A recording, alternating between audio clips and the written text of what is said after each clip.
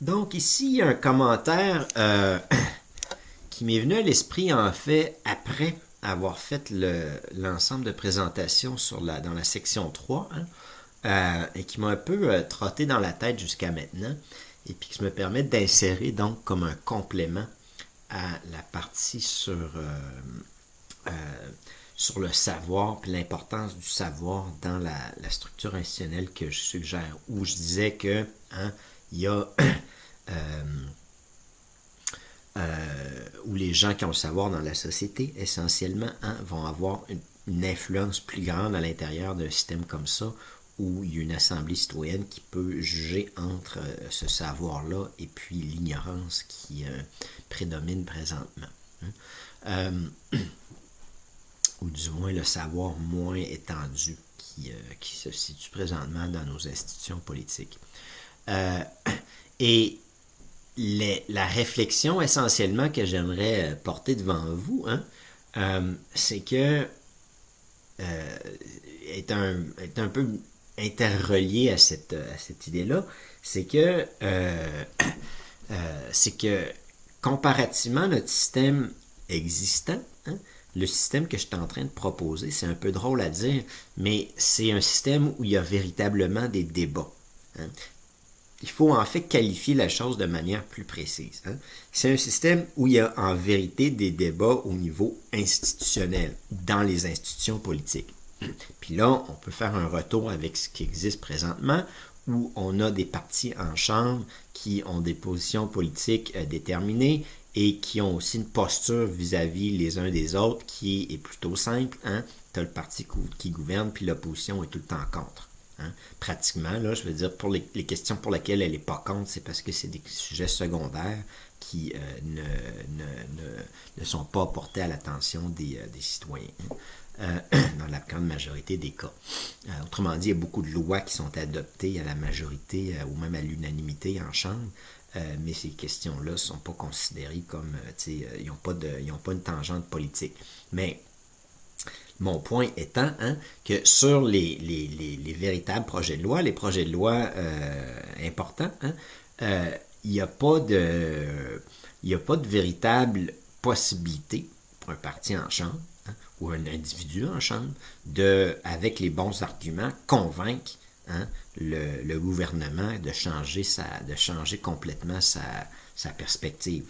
Puis donc, le débat part pas avec une idée que on peut arriver à une solution basée sur la raison puis des arguments. Il part avec l'idée que c'est une farce essentiellement. C'est un spectacle qu'ils nous font.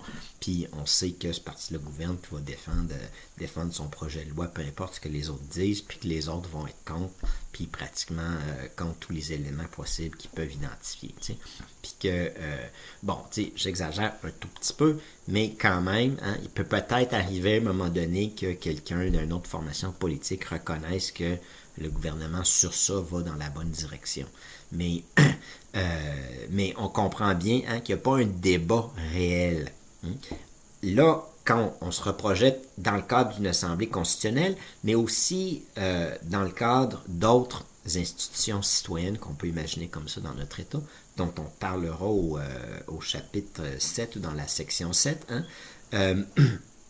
dans ces institutions-là, ces institutions citoyennes-là, on part avec une vraie question, puis on n'a pas une réponse avant d'arriver à bon port. On n'a pas un camp qui gouverne puis qui fait sa réponse, puis un autre camp qui fait son autre réponse. On a une véritable interaction entre les personnes et une véritable recherche d'une solution basée, encore une fois, sur la raison, et non pas sur des camps partisans qui nous permet d'espérer qu'on passe à un autre niveau du politique, au niveau institutionnel.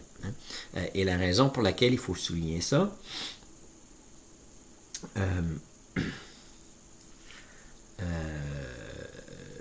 c'est que, excusez-moi, j'ai comme plusieurs idées que je voulais pas oublier, là, puis qui me gravitent un peu dans la tête en même temps.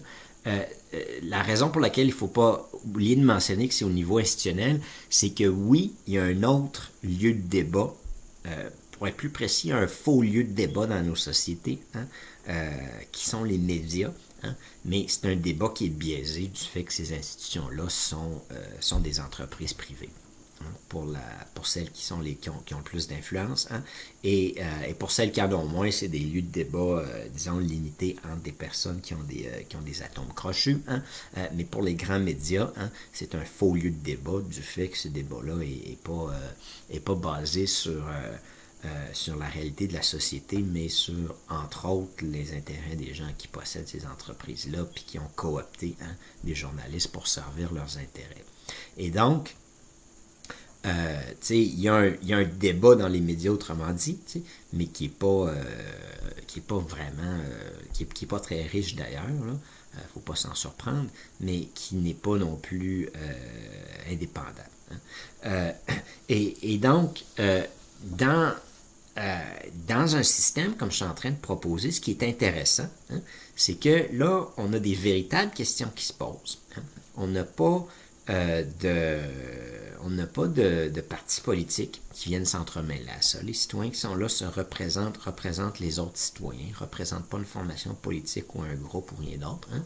Et sur la base de la raison, encore une fois, hein, sur la base donc de la logique, puis de trouver la meilleure solution pour l'intérêt général, tu sais, on peut avancer puis espérer que ces institutions-là vont nous donner une solution qui est plus dans l'intérêt général que pour les intérêts variés que représentent chacune des formations politiques. C'est essentiellement ça l'idée. Donc, encore une fois, hein, là, on a non seulement, je parlais donc qu'il y aurait une place pour la raison puis une place pour le savoir à l'intérieur de nos institutions politiques, mais c'est aussi que faut bien comprendre que l'existence d'un véritable lieu de débat, finalement, institutionnel, est nécessaire à ça. Ça semble un peu ridicule le dire, dans ce sens que, je veux dire, ça va de soi, là, mais ce qui est triste, c'est que ça n'existe pas. Hein, malgré l'apparence de ça dans nos systèmes politiques, ça n'existe pas. Il est vrai, hein, que dans les idéaux des pères fondateurs des États-Unis, notamment, hein, il y avait cette idée-là d'avoir un lieu de débat. Hein, mais ces gens-là étaient tellement... pas exactement déconnectés, là, mais étaient tellement... il y avait tellement une autre perspective, hein, que, autrement dit, là, quand on a fondé les États-Unis, on a élu des gens, l'idée c'était d'élire les meilleures personnes pour mener ce débat-là. Hein. Puis au début, on l'a probablement fait pendant une couple d'années. Puis là, je ne veux pas rire d'eux autres, mais vraiment pas très très très longtemps. On l'a pas fait on n'a pas pu le faire pendant très longtemps parce que immédiatement ou presque, il y a des camps qui se sont créés puis les partis politiques qui sont nés. Mais les pères fondateurs des États-Unis se disaient... s'il y a des partis politiques qui naissent, s'il y a des formations, des factions qui appelaient à l'époque qui naissent, hein, on va être foutu à partir de ce moment-là. Notre système politique va chavirer, puis ça va mener à un chaos, puis pas un chaos, mais ça va dégénérer. Hein. Ça va être décrépit, puis ça ne marchera pas. Hein. Mais pratiquement, instantanément, après avoir mis en place des institutions comme ils l'ont fait, tu as immédiatement des formations qui se sont... greffés autour de certaines personnes, entre autres Hamilton puis Jefferson, qui ont attiré chacun, disons, les conservateurs puis les progressistes, chacun de leur côté, et qui, une fois que Washington n'était plus là pour faire la paix entre tous ces gens-là, hein, ils ont commencé à se faire la guerre, entre guillemets, d'un point de vue politique. Ou du moins, y avoir beaucoup plus de tensions, puis des positions très différentes. Hein. Au début, ces gens-là étaient sous la gouverne de Washington, qui était le premier président des États-Unis, mais rapidement, à contre-cœur pour certains, se sont aperçus qu'ils allaient devoir se lancer dans un autre type de politique que celle de la conciliation qu'il y avait sous le vénérable Washington. Hein. Et donc, il y avait l'idée d'avoir un véritable débat à ce moment-là, puis il s'était dit, dès qu'il y a des factions qui rentrent, c'est fini, il n'y aura plus de véritable débat parce que ça va être tout d'un bord, tout de l'autre. On peut voir ça avec les systèmes qu'ils ont en Europe. Et ça s'est passé effectivement. Puis donc, c'est un peu drôle à dire, c'est que dans le fait, en fait, c'est un peu comme si cet idéal-là avait traîné malgré lui, hein, puis qu'on avait encore l'idée qu'il y a un peu, on appelle encore ça un débat législatif, là, mais c'est pas un véritable débat. T'sais. Les enfants seraient plus capables de débattre qu'eux autres. Ils seraient plus capables de changer d'idée, puis de se convaincre, puis de dire « Ah, finalement, tu as peut-être raison, puis non, tu n'as pas raison, mais on va explorer d'autres choses ensemble. » Mais nos enfants députés, hein, d'un point de vue mental, là, sont à un autre niveau, un peu inférieur, où c'est mon camp, puis ton camp, il y a nécessairement tort, puis on n'en parle pas. Il y a même un député, par exemple, du Nouveau-Brunswick qui j'ai présenté un ensemble d'idées de réformes structurelles, j'appelle, ou de changements structurels. Et puis, lui avait une préoccupation beaucoup plus immédiate qui était ça, hein, qui n'avait pas de véritable débat. Lui, c'était le seul député de sa formation politique à ce moment-là, parmi 49, c'était un député vert. Et puis, il se disait, mais je ne suis pas capable d'avancer une idée pour le bien de tout le monde parce qu'on ne me donne même pas accès finalement on ne m'écoute pas. Au niveau du gouvernement, là, du parti qui est là, je suis pas, même si je veux pas que mon nom soit plaqué sur l'affaire, puis je veux juste que l'idée soit considérée, on me barre avant même d'en arriver là. Peut-être qu'il y a d'autres États qui sont un petit peu plus ouverts ou dans les commissions législatives, il y a véritablement lieu d'un certain partage d'idées, là, mais on peut penser que c'est pas très fort. Hein. Et puis que c'est un député comme ça. Autrement dit, pour lui, moi je le prenais un peu en pitié, le monsieur, parce que pour moi, ça va de soi que notre système électoral fonctionne comme ça. Puis je pouvais juste lui dire, écoute, c'est comme ça que ça marche. Là. Tu ne pourras pas changer cette affaire-là. Tu es dans un système qui fonctionne comme ça. Peut-être que j'ai tort qu'on pourrait alléger un petit peu la ligne, la soi-disant ligne de parti, mais c'est pas une solution très, très réaliste de faire ça. Entre autres parce que si on diminue l'importance de la ligne de parti sur certaines questions, ceux qui ne vont pas réellement diminuer, qui vont avoir une ligne de parti plus forte, vont l'emporter dans le débat. Autrement dit, il faut que ça soit tout le monde, puis il faut que ça soit authentique comme décision, que dans certains cas, puis c'est encore que ça reste dans certains cas, mais je veux dire, logiquement, là, pour de vrai, là, un député devrait, de n'importe quelle formation politique, devrait pouvoir convaincre les autres, de toutes les autres formations politiques, puis tous les autres députés, qu'il y a lieu d'aller dans un certain sens pour l'intérêt du Québec. Mais dans la structure politique qu'on a, c'est ce débat-là, hein, il y a lieu, mais il y a lieu dans le caucus du parti gouvernemental. Puis le caucus est fermé, on n'en entend pas parler. C'est un peu drôle, là. Nous autres, on élit du monde, puis on a juste leur décision finale en tant que caucus, mais on n'a pas...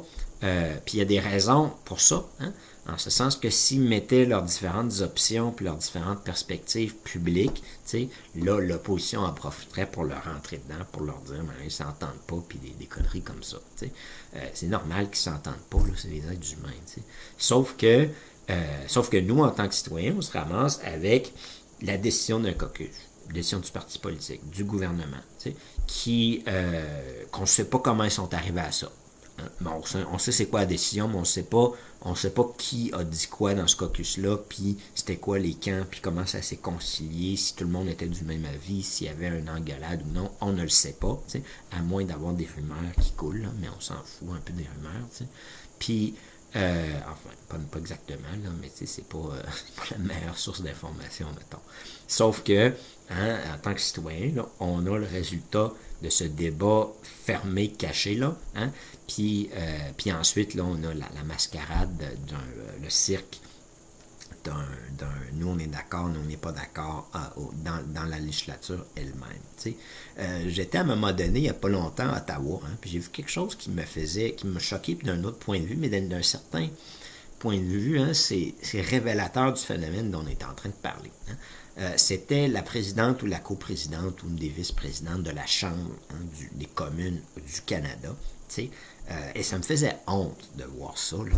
Pas parce que c'était le Canada, puis je tiens pas trop au Canada, je vous le cacherai pas, mais ça me faisait honte de voir quelqu'un dans une position comme ça, faire une chose comme ça, qui était assise, donc, sur son siège de président, en avant de la Chambre des communes, tu sais, puis qui pitonnait sur son téléphone pendant que les députés parlaient. Puis autrement dit, là, le débat, là, si on veut donner une image, là, le débat dans une assemblée élue, c'est ça. T'sais, pas fort. Autrement dit, la présidence, sans même pas que c'est important, écouter ce qui est dit, puis au moins avoir une ouïe attentive, au moins donner l'image un peu austère, puis de respect. Hein? On paye quand même cette personne-là un supplément pour cette tâche-là. Là. Non, elle préfère pitonner sur son téléphone pendant que les députés parlent. Parce que, dans le fond, ce qu'il dit, ça n'a aucune espèce d'importance. Pour elle, c'est ça qu'elle est en train de dire. Puis là où c'est révélateur, c'est que c'est un peu vrai. Hein? Dans le système politique où on est, ça n'a aucune espèce d'importance de ce que ce député-là est en train de dire. Ça va être enregistré, mis sur fichier, puis personne ne va lire ça à moins de, peut-être plus tard, là, mais il y a très peu de personnes qui vont se pencher sur les propos de cette personne-là. Et même s'il y avait, là, tout le monde était en salle, puis tout le monde n'était pas en salle, là, mais même si tout le monde était dans le Parlement, puis qu'il y avait un débat plus animé, tu sais, ces opinions-là sont simplement une perspective partisane. Tu sais.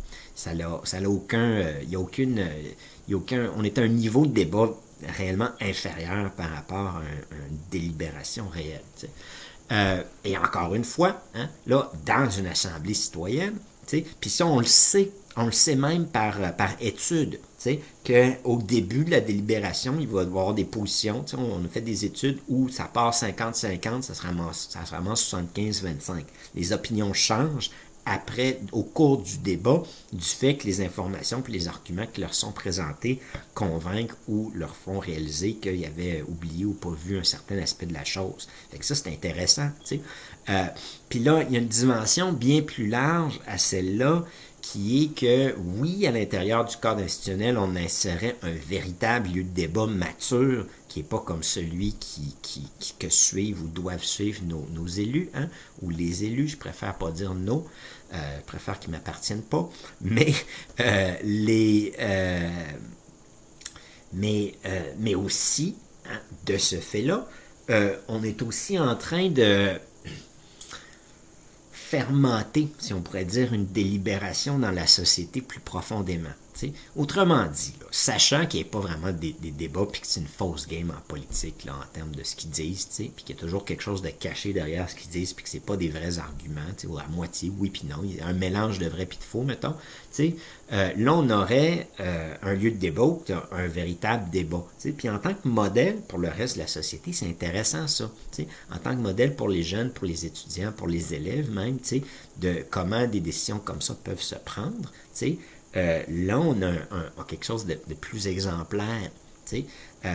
Puis ça dit par exemple à l'élève, oui, on peut avoir nos opinions en partant, mais après discussion, on peut changer. Puis c'est correct de changer. C'est intelligent de changer, de réaliser qu'on n'avait pas toute l'information au début, puis que ce qu'on avait développé un aspect de notre pensée, mais qu'il y en a plein d'autres qui nous sont apportés de l'extérieur. Tandis que notre système politique ne donne pas ce bon exemple-là à la société. Hein? Il donne un exemple de bêtise, finalement, et puis d'obstination, puis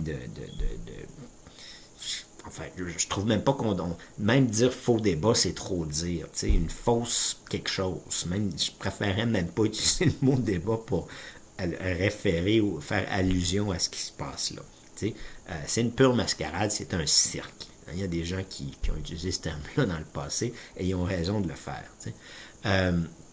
Ce qui est triste, en fait, c'est qu'à travers ce cirque-là, hein, il y a des arguments qui sont vrais.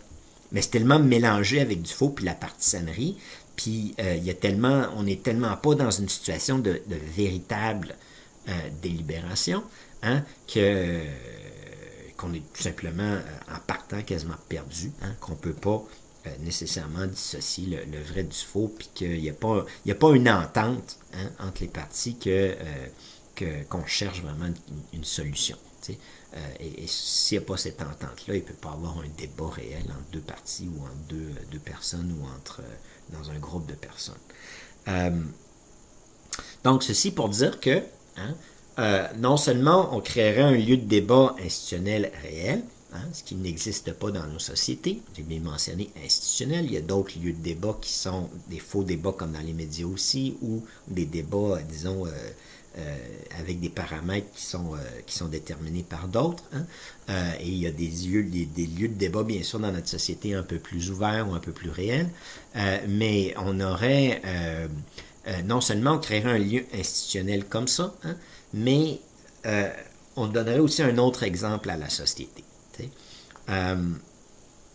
Puis on serait peut-être surpris de savoir comment cet autre exemple-là pourrait éventuellement nous donner lieu à une forme de société ou à des manifestations culturelles qui pourraient peut-être nous surprendre. Parce que c'est quand même profond comme question, là, ça, d'avoir une société qui délibère vraiment, qui se pose vraiment des questions, qui est assez mature pour se poser des questions, puis qui se rue pas vers des gens qui ont supposément des réponses. C'est une autre perspective comme société qu'une société de sauveurs puis de moutons comme on a présentement. Et donc, on changerait là, psychologiquement aussi quelque chose plutôt profondément, puis on mettrait ce mauvais exemple-là de côté, ou du moins on introduirait un bon exemple à l'intérieur du système institutionnel qui animerait, je pense, les esprits de manière à nous faire réfléchir bien autrement dans le cadre de notre société en général. Donc voilà, c'était l'essentiel de ce que je voulais ajouter sur cette idée-là de, oui, on introduirait le savoir, mais on crée aussi un véritable lieu de débat, une véritable délibération qui, en soi, animerait le reste de la société dans cette même veine-là. Alors, je pense que je vais m'en tenir à ça pour l'instant, et étant donné que je suis en train d'insérer une présentation dans d'autres, je ne vais pas vous parler de ce qui va suivre, mais je vais vous dire des écouter pour savoir ce qui va suivre. Voilà. Donc, est-ce qu'il y a quelque chose à ajouter ici? Bon, il y a un exemple que j'ai donné avant, puis là, je sais que je l'ai donné après, dans la partie 7 où j'en parle, où qui est peut-être pas inintéressant pour renchérir encore une fois sur cette question-là ici, de comment créer un lieu de débat comme ça peut avoir un effet sur le reste de la culture puis de la société. Et cet exemple-là, c'est celui de la cité antique d'Athènes où il y avait un régime politique où on débattait des grandes orientations de ce système-là à l'intérieur de la masse de personnes qui avaient le statut de citoyen. Et ce qui était fort exceptionnel par rapport aux sociétés environnantes où c'était les chefs qui décidaient puis les moutons qui obéissaient. Et puis donc, il y avait comme une dualité, là, t'es dans un clan ou dans l'autre, puis on suivait les chefs d'un bord, puis de l'autre côté, on discutait. On débattait, puis on décidait. Donc, il y avait un processus pour décider dans la cité antique d'Athènes. Mais mon point est que, là, c'est un parallèle qu'on fait avec ce qu'on est en train de suggérer avec l'Assemblée constitutionnelle, en particulier, et puis les institutions citoyennes en général, mais c'est que du fait de cette réalité politique-là, dans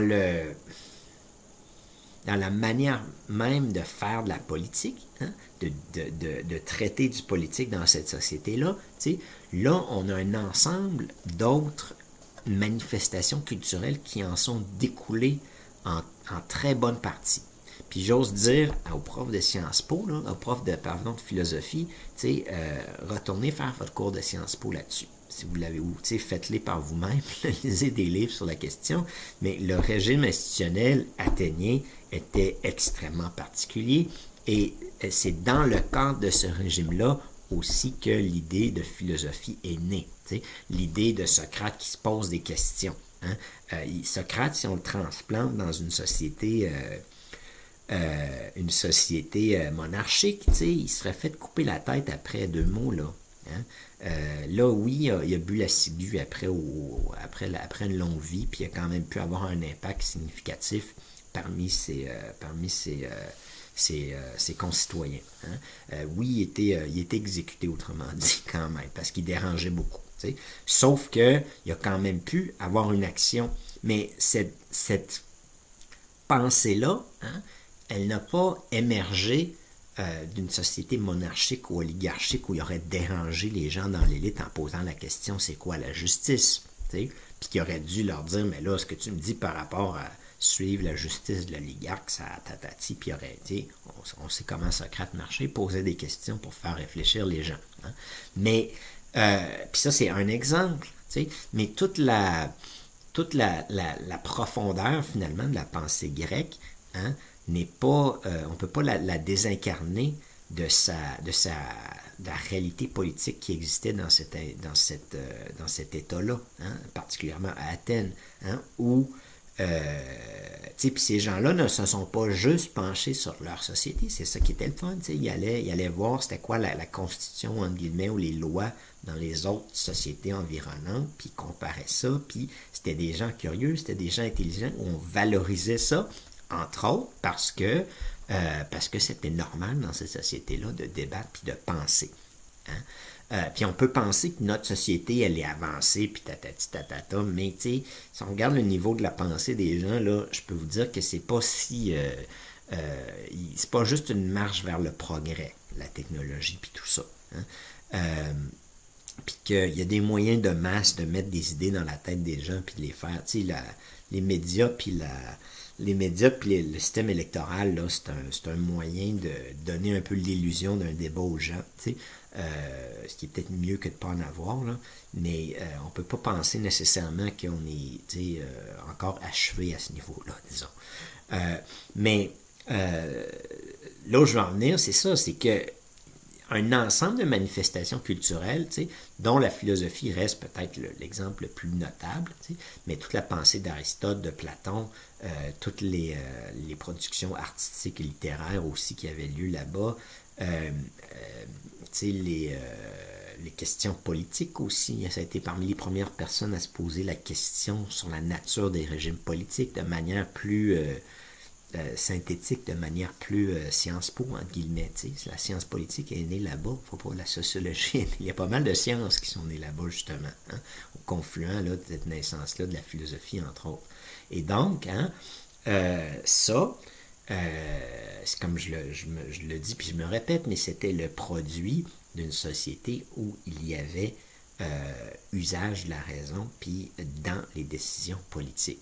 Et s'il n'y a pas ça dans une société, hein, comme c'est un peu le cas présentement d'une certaine manière, c'est ce que je suis en train de vous dire, on a un faux débat à l'Assemblée nationale. S'il n'y a pas ça comme exemple, hein, on a le reste de la société qui rentre dans la logique de ces institutions-là, puis qu'à un moment donné, ne réfléchit plus. Ils font un peu comme les députés, puis ils votent dans le sens que leurs chefs leur disent de voter. Puis c'est triste quand on a des députés qui font ça. C'est triste là, d'avoir des députés qui viennent nous dire on aimerait ça pouvoir parler, on aimerait ça pouvoir dire ce qu'on pense vraiment. On est pogné dans notre système de partis et de patentes.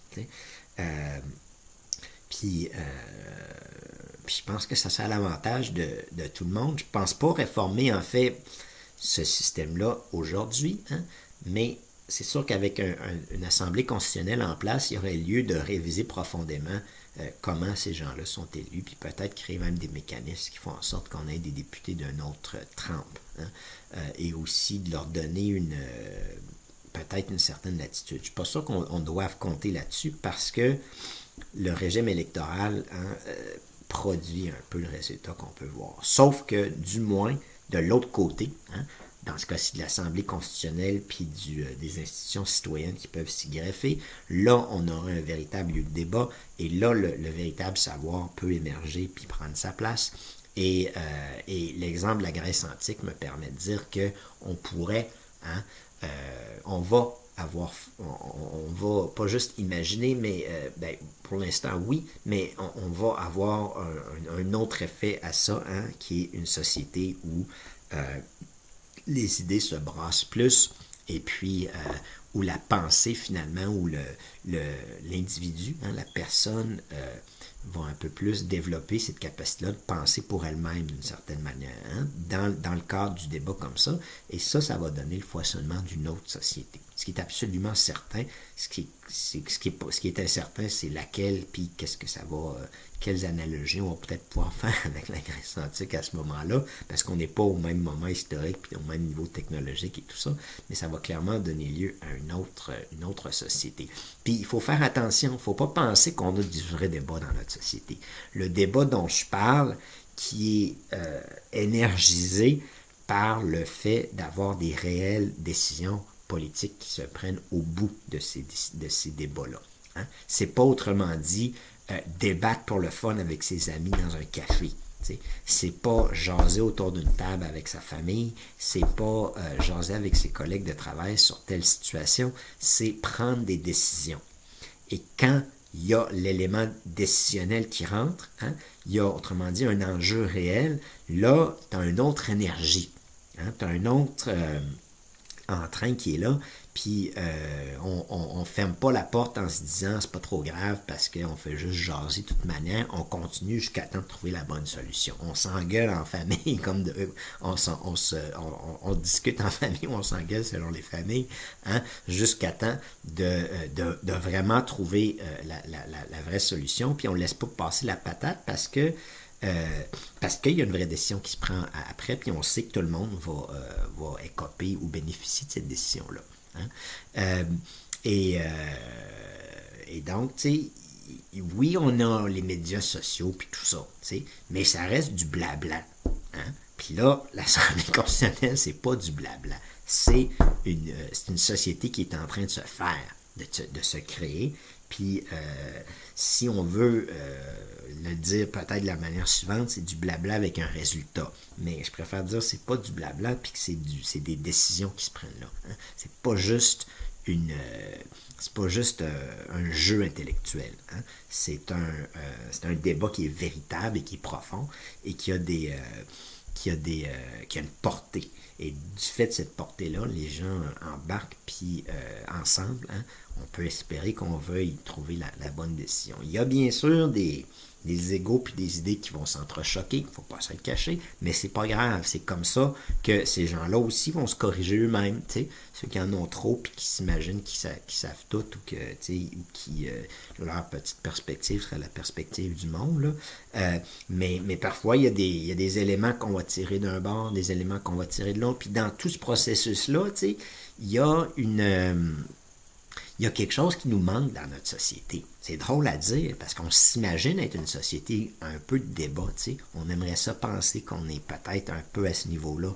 Mais dans un véritable débat comme ça, hein, il y a comme un apprentissage beaucoup plus profond pour les observateurs, pour ceux qui y participent, mais aussi pour ceux qui le regardent. Tu sais. Et il y a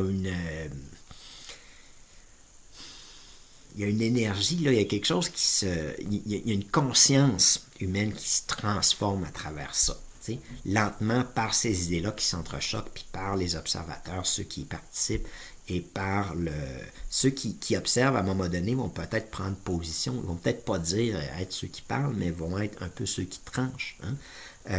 Et il y a une conscience qui est en train de se créer là, hein, qui, j'ose le dire, est probablement en train de s'affaiser dans notre société si elle a, à un moment donné, dans le passé existé. Là. Effectivement, il y a des moments dans l'histoire où on a un peu plus ça selon les décisions de la société en général, mais clairement, je ne suis pas nécessairement une optimiste quand je regarde notre société présentement, et je pense qu'on serait en train de donner une chance, disons, à la réémergence, hein, d'une intelligence collective en mettant en place des institutions où on puisse faire preuve d'intelligence, justement. Ceci étant dit, je pense que là, je vais m'en tenir à ça, hein, et puis vous laisser découvrir dans les parties prochaines qu'est-ce qui va suivre.